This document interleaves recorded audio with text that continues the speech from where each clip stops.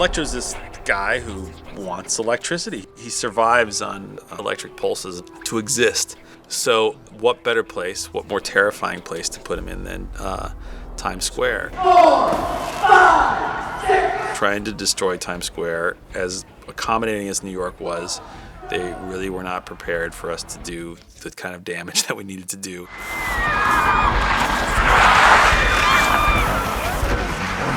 The idea of building Times Square was so absurd to me, but nobody really batted an eye, and I guess that's the benefit of having a big budget. 3, 2, 1, go! 3, 2,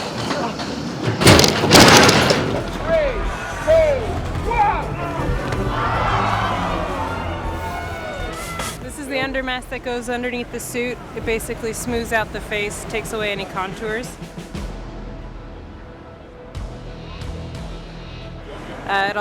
This is where the eyes connect. They get pushed in and then magnetized here. 1, go! 5. Ilram and William are just, two of my favorite people because they make me look so good. But what it is between the three of us is it feels like a true collaboration because it's never about ego, it's always about who can do the stunt best. Whether that's me, William, or Ilram. And it's all about making sure the character is served, and that's what's awesome about it.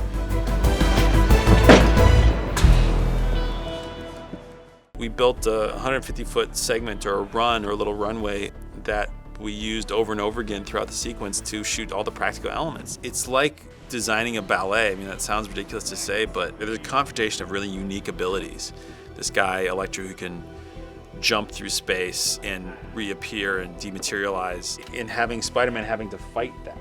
How to play with that imagery and how to exploit the interesting visual opportunities. It was so much fun to do. It was one of the more fun sequences I've ever done.